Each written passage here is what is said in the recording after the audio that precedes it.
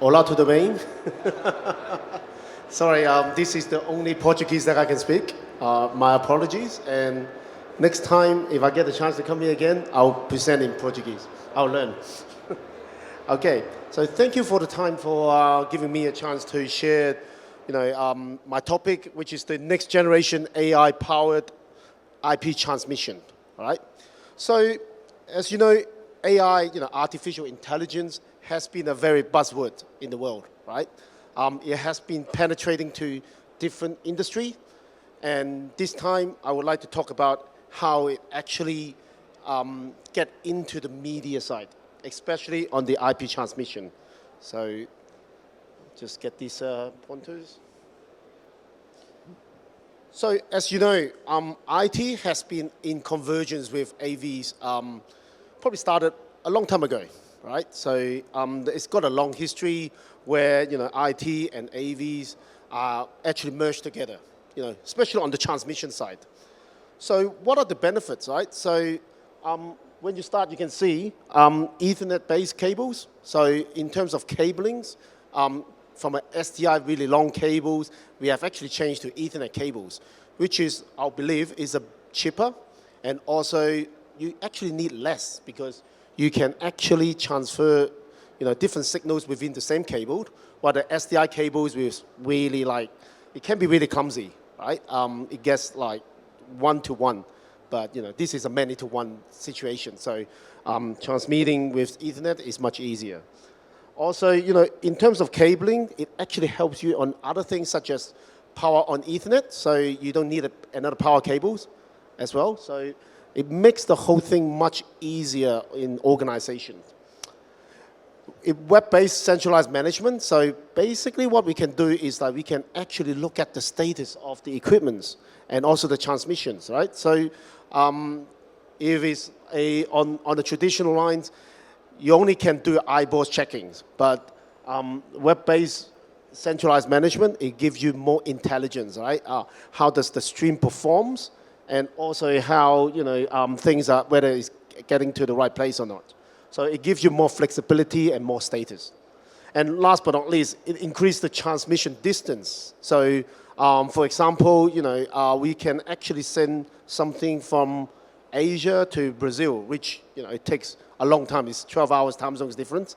One of them is in Northern Hemisphere and Southern Hemisphere, right? So we can actually enable this transmission happening because of Ethernet. So what is the consequences of introducing IT into AVs? So basically, we have increased the growth of bandwidth usage, right? 80% of the traffic nowadays are video related. So you can imagine how much it's actually evolves the IT industry, especially the networking as well, right? So both sides actually impacting each other. And you can see the requirements getting bigger, right? So it used to be like you go onto YouTube, 30 seconds delay, etc. But now we can actually require low latency, especially for sports, right? If it's for gambling, you can't afford 30 seconds, right? You can place a bet after someone score a goal, for example, right? So that's going to be very not enough to meet the requirements. So low latency is very important. And also, it actually enables cloud infrastructures to grow as well. But it becomes a single, I won't say failure, but it actually decreases the resiliencies.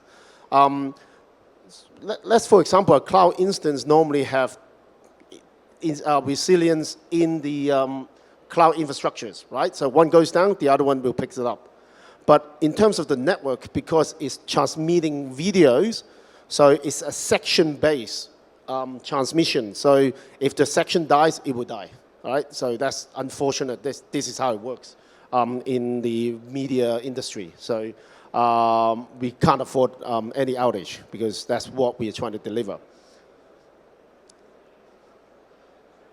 So anyway, back to the history of transmission. So in the 1970s, we actually have TCP being introduced.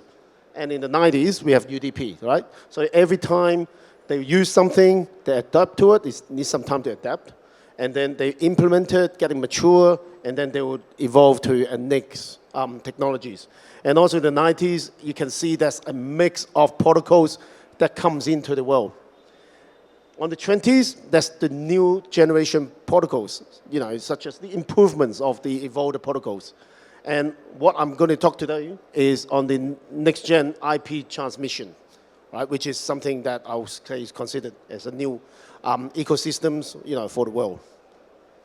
But it's important to actually look at the previous protocol first, and we see how it actually evolves. So I'll start from there.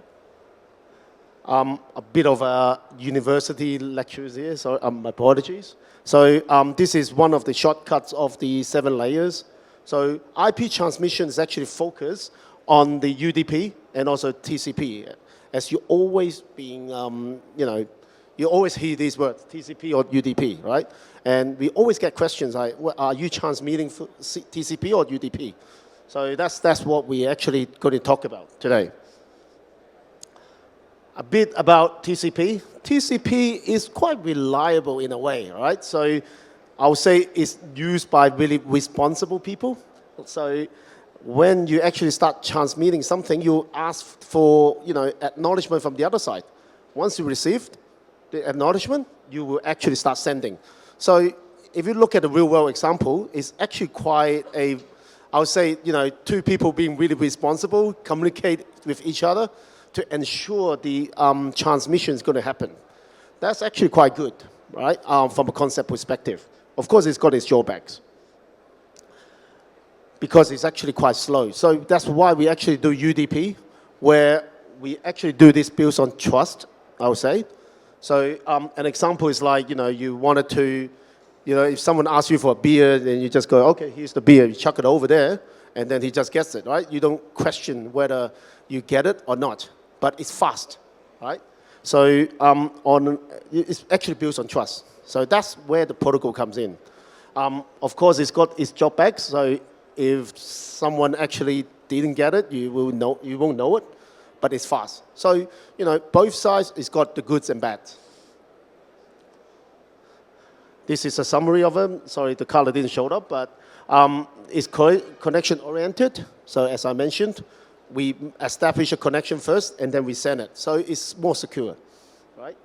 And UDP is more connectionless, but the most important thing is it supports multicast, right? That's quite important in terms of configurations. So for example, if you wanted to establish a new connection, TCP, yes, you have to go to the senders, you have to go to the receivers, right? So they have to basically do handshake and establish things together. But with UDP, you can actually just go, okay, let's do a multicast, right? Here's the IP address. When you configure it, this is it, right? So you don't have to ask for the sender's permissions or even ask him to configure. So that is actually quite a benefit, in terms of operations. Okay, that's where the color comes out. Okay. So as we mentioned, this world actually evolves, right? So every time they look at the difference, and then actually they actually started to develop different improvements, I would say. So as you can see, there's open source and closed sources that can actually do this, right? Both have benefits, right? So open source, you have more people, right? More more inputs from everywhere around the world. Closed source will be more organized, right? So open source is more like I chuck in an idea, but it's not being gathered together pretty well. So yes, it's fast, but it's less reliable in a way, right? And also is subject to hacking as well because it's just open to everyone. But closed one, that has the benefits, is more tailor-made and also, it's more secured. And, basically it's an enhancement through UDP and TCP as well. So it's getting the TCP's benefits like connectionness. So, and then, the UDP's fast. Both of them is the best of the both breeds. As mentioned, securities and actually the jitter and bandwidth challenges, that's in the world, right? So obviously when you send something out from distance, so from Brazil, even to US, take a closer example. the jitter, the round trip delay can actually vary, right? So it can roughly is about 150 to, then, you can actually get up to really big, and then it gets up to the really small, right? So how to actually handle this time difference is also very important as well, because you will actually lose sequence, and then you have pixelations and things like that. So, that's a very big consideration. Of course, with the packet loss as well, we actually try to minimize packet loss. As we know, telcos always over provisions, right? So there's always not enough capacity from one place to another. But some companies actually develop protocols that can actually improve these situations by putting intelligence in there. So we can talk about this later. And it also allows the retransmissions of the packets when it is necessary, right? There are protocols that, they will basically recovers everything. So it actually over-flooded. So it's, you can see a cycle there, right? So I'm missing something, so I resend something. I believe it's been lost. I'll keep on doing it. It's just getting the network more congested. So in a way, in the short term, it's actually a good thing, but in the long run, that's how internet gets really congested, unfortunately. So what is the next generation IP transmission? So this is where the artificial intelligence comes in, right? So the protocols that actually has the algorithm that uses intelligence, they actually learn the network, right? So they look at different situations and say, okay, now I should apply for this protocol, or okay, with this situation, I should use another one.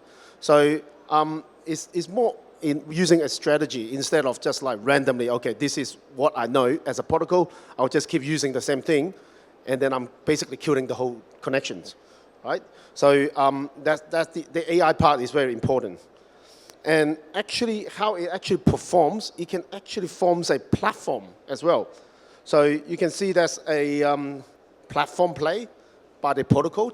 So it enables high actual availability, right? So for example, supporting something called multipath, that you can actually using multiple internets to send from one place to another.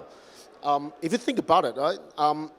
You might think, oh, I'm using 2 internet. That's going to be expensive. But if you having a main and backup, you can actually utilize the both, both link. So the good thing about it is like, if one of the links actually down, you're not losing any sections, right? The video will just continue, right? I can just like cut the line, the connection still continues, right? That's the main thing, because from an end user perspective, I just want to see a faultless video, and that's what it matters. So the protocols can actually enable you to do this.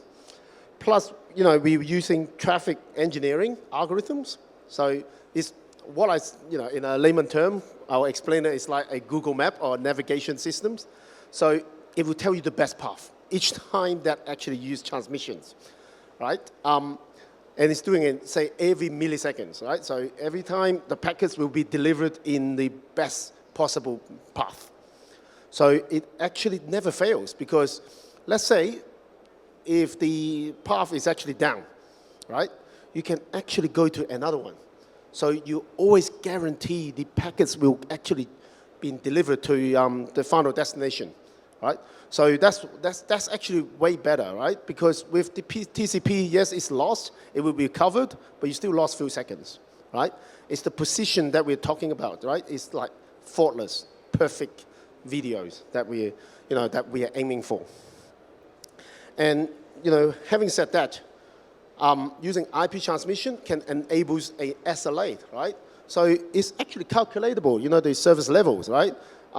If I go to the next slide, you can actually see what I mean by that. So the multi-path, so from one place to multiple locations, sorry for blocking it, but it can actually go to multiple destinations. And then it uses traffic engineering to determine how the best path is going to be, right? So let's say, for example, if this goes down, right? There's always, I'll say, the second path, which is as good as the first path, can actually go deliver the signals. So you can see that is a faultless switch over, all right? So at the receiver side, you're just looking at the video as if there's nothing happened, right? So this is the next generations of IP transmission that we are getting to. It's flexible. You know, for service providers, we can actually define different QoS, so you can actually determine what kind of ISP you use, right? Network is, they vary from courses, right? So there is mechanism to actually enables you to select the, I would say, the good enough ISPs. So it can do the job at the cheapest price. So, you know, so that's cost consideration as well on this. So as you can see, this is how you can enable a service to provide SLA, because we've got multiple resilience, right? So, you know, to be honest, I think many service providers will give you an SLA. Okay, okay, sorry. Okay, so that's very important.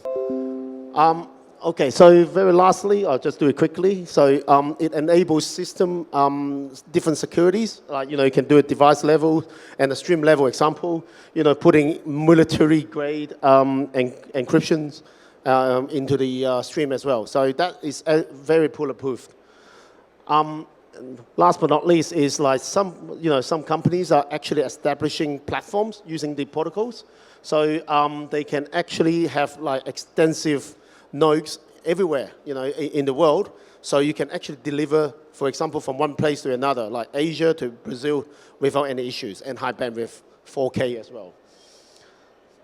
Last but not least is actually what do you call it?